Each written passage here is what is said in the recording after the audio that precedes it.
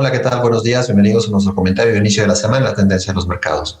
Semana pasada tuvimos un repunte en los índices de Estados Unidos, veníamos de una semana negativa y esta semana fue con un balance muy fuerte, sobre todo en las empresas de tecnología, el Nasdaq subiendo poco más del 8%, el S&P casi 6% y el Dow fue el más rezagado con una ganancia del 4%.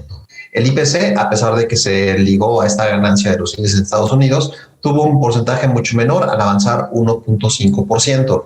De la mano de este movimiento, los commodities estuvieron operando de manera mixta, mientras que el petróleo y el trigo cayeron 4%, hubo un repunte en el oro, la plata, el cobre, el paladio y el acero, aunque al final el índice general de commodities retrocedió 1.6%.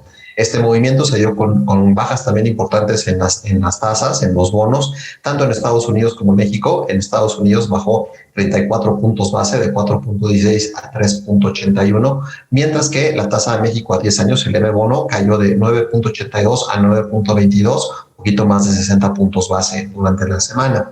En cuanto a sectores, pues con esta caída en los bonos, los sectores que mejor se comportaron fue tecnología, subiendo casi 10%, comunicaciones un poco más del 9% y materiales subiendo 7.7%. Los sectores que habían sido el ancla de la semana pasada, sectores defensivos como energía, salud y utilities, fueron los que tuvieron los menores avances, a pesar de que los 11 sectores del S&P registraron ganancias durante la semana.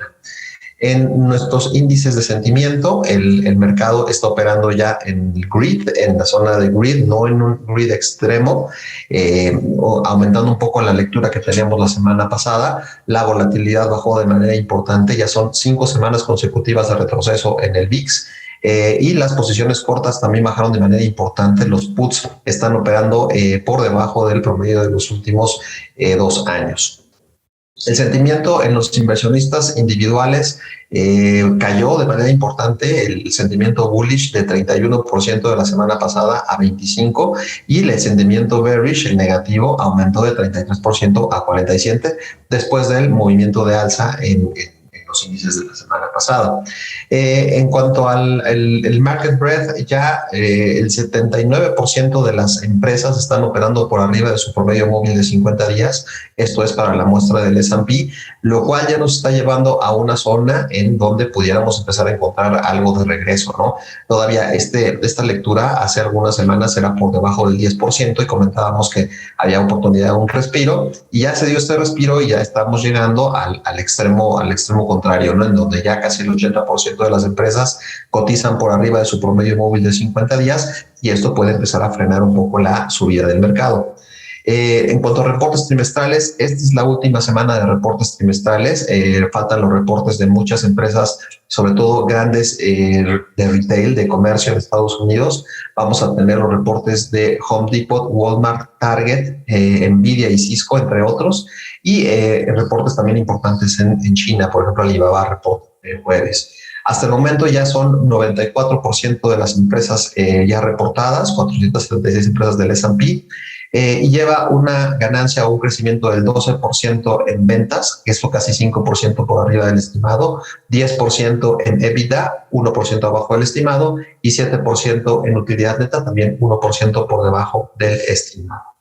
En cuanto a niveles técnicos, el S&P se colocó por arriba de los 3.900 puntos, que había sido una zona de resistencia entre finales de octubre y principios de noviembre. Finalmente lo rompió la semana pasada. Esto coloca una siguiente zona de resistencia en los 4.000 puntos.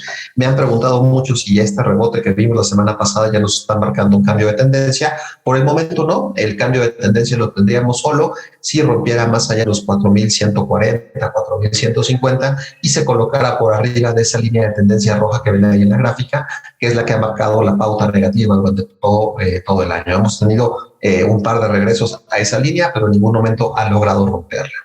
Para el caso del IPC, pues el movimiento sigue y sigue al alza. Para el mercado mexicano ya está alcanzando los 52.000 puntos.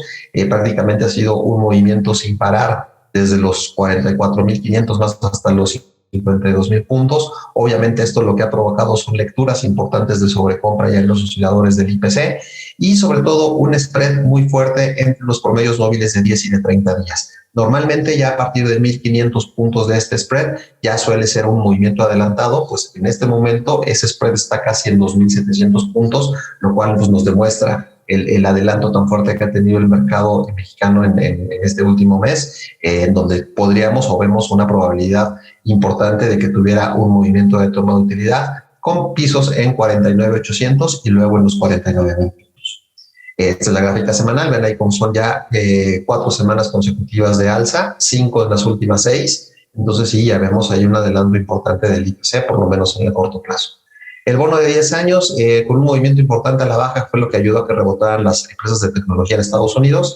Está alcanzando zona de piso en el promedio móvil de 50 días. Para poder suponer que este movimiento se va a extender más, es necesario que rompa este nivel que está en este momento en 3,79%. Para la tasa mexicana, la zona de piso se coloca entre 9 y 8,86%. Y finalmente el tipo de cambio, un movimiento importante de apreciación del peso la semana pasada, se colocó, aunque sea momentáneamente, por debajo del 19.40, que había sido nuestra referencia del mínimo intradía para el año.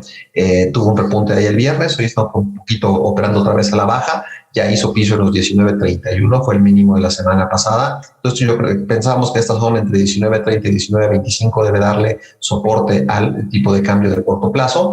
Ya van dos jornadas en las que registra sobreventa el RSI del tipo de cambio, lo cual normalmente no es muy común, y sí suele haber repuntes en donde pensamos que debería regresar por lo menos a la zona de los 19.80. Muchas gracias y nos escuchamos la siguiente semana.